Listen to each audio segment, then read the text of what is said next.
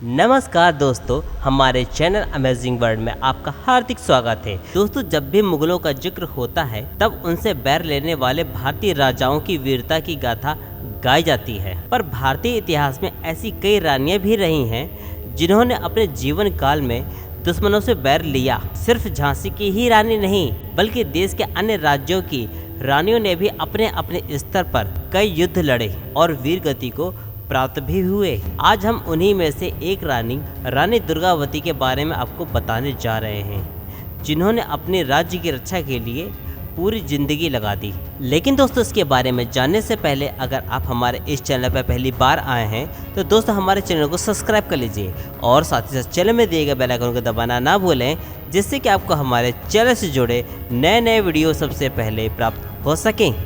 दोस्तों, 15वीं सदी में मुगल राजा अकबर का राज पूरे भारत में तेजी से फैल रहा था। कई हिंदू राजाओं के साथ संधि कर मुगलिया सल्तनत अपना साम्राज्य बनाने में कामयाब रही थी। जिन हिंदू राजाओं ने अपना राज नहीं दिया था, उन्हें मुगलों के साथ युद्ध करना पड़ा था। ऐसा ही एक राज्य था गोंडवाना, जिसे जीतने के लिए मुगलों को बहुत मुश्किल हुई थी। उस समय गोंडवाना की रक्षा के लिए मुगल की सेना के सामने खड़ी थी रानी दुर्गावती। दोस्तों, रानी दुर्गावती का जन्म 1524 ईस्वी में उत्तर प्रदेश के बांदा जिले में राजा कीर्ति सिंह चंदेल के घर अष्टमी के दिन हुआ था। यही कारण है कि उनका नाम दुर्गावती रखा गया। वो अपने पिता की इकलौती संतान थी और यही कारण था कि उन्हें बचपन से ही घुड़सवारी, तलवारबाजी, तीरंदाजी जैसी युद्ध कलाओं की शिक्षा मिली थी। अकबरनामा में भी रानी दुर्गावती का जिक्र है और ये माना जाता है कि वो तीर और बंदूक चलाने में माहिर थी। दोस्तों, रानी दुर्गावती की शादी 1542 ईस्वी में हुई थी। ये पहली बार था जब किसी राजपूत राजकुमारी का गोंड वंश में विवाह हुआ था। 1545 में उनके बेटे वीर नारायण का जन्म हुआ था। उनकी खुशियां कुछ ही समय तक रहीं और 1550 में उनके पति का निधन हो गया। 5 साल के राजकुमार को सिंहासन पर बैठाकर रानी ने राजकाज का जिम्मा अपने सिर ले लिया। काम संभालते हुए 2 साल ही हुए थे कि सुल्तान बाज बहादुर ने राज्य पर हमला कर दिया और रानी दुर्गावती ने अपनी फौज का नेतृत्व करते हुए युद्ध जीत लिया। 1562 में अकबर ने मालवा को भी साम्राज्य से जोड़ लिया। रानी ने अपने शासनकाल में अपने राज्य में बहुत से विकास कराए। उन्होंने अनेक मठ, बावड़ी, कुएं और धर्मशालाएं बनवाईं। उन्होंने अपने नाम पर रानी ताल, दीवान आधार सिंह के नाम पर आधार ताल और अपनी दासी के नाम पर चेरी ताल भी बनवाया था। दोस्तों, उस समय अकबर की सेना के प्रमुख असफल खान ने राज्य पर हमला बोल दिया। कुछ रिपोर्ट्स बताती हैं कि असफल खान की नज़र रानी दुर्गावती पर थी। रानी को सिर्फ अपने राज से नहीं बल्कि खुद को भी दुश्मनों से बचाना था।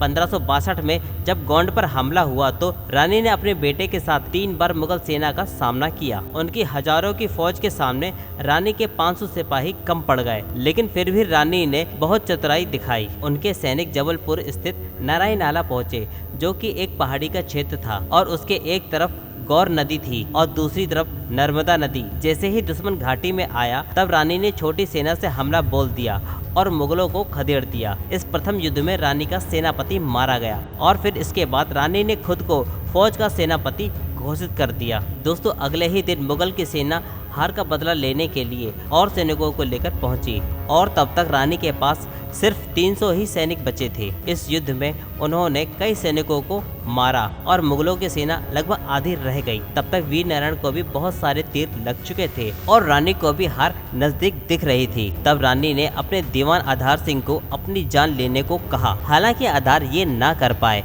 और रानी ने तब खुद ही अपनी जान ले ली। उनका बेटा भी युद्ध लड़ रहा था और फिर वीर गति को प्राप्त हो गया। रानी दुर्गावती ने अपनी पूरी जिंदगी अपने राज्य को दे दी थी। भारत सरकार ने 1988 में रानी दुर्गावती के लिए पोस्टल स्टैम्प भी जारी किए। रानी दुर्गावती के बारे में जानकर आपको कैसा लगा, इसके बारे में हमें कमेंट करके ज़रूर बताएं। दोस्तों, अगर आपको हमारा ये वीडियो पसंद आया हो तो अपने दोस्तों में शेयर ज़रूर करें और साथ ही साथ इसे लाइक भी कीजिए, जिससे कि हमारा प्रोत्साहन बढ़ सके और हम आपके लिए और भी रोचक भरे वीडियो ला सकें। दोस्तों, हमारा ये वीडियो देखने के लिए आपका बहुत बहुत धन्यवाद।